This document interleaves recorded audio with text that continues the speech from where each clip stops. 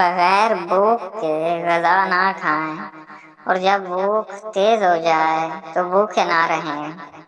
بہترین قول ذکر ہے، بہترین فعل عبادت ہے، بہترین خصلت علم ہے۔ قلت عقل کا اندازہ زیادہ بولنے سے ہوتا ہے۔ جب آئے دن تمہاری رائے بدلتی ہے، پھر اپنی رائے پر بھروسہ کیوں کرتے ہو؟ کسی نے ابن سینا سے پوچھا کہ دن کیسے گزر رہے ہیں آپ کے؟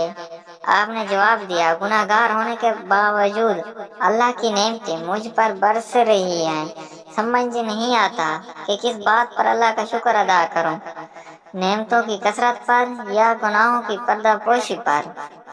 فقیر کی پہچان یہ ہے کہ اس کی خاموشی فکر کے ساتھ ہو اور گفتگو ذکر کے ساتھ ہو۔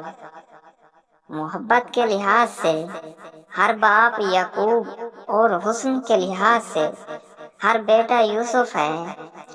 حقیقی خوبصورتی کا سرچشمہ دل ہے، اگر یہ سیاہ پڑ جائے تو چمکتی ہوئی آنکھ کچھ کام نہیں دیتی۔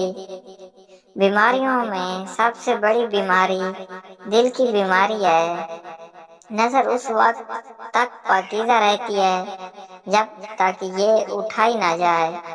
اتنا کھاؤ جتنا ہضم کر سکو، اور اتنا پڑھو جتنا جذب کر سکو۔ زیادہ خوشحالی اور زیادہ بدحالی دونوں ہی برائی کی طرف لے جاتی ہیں۔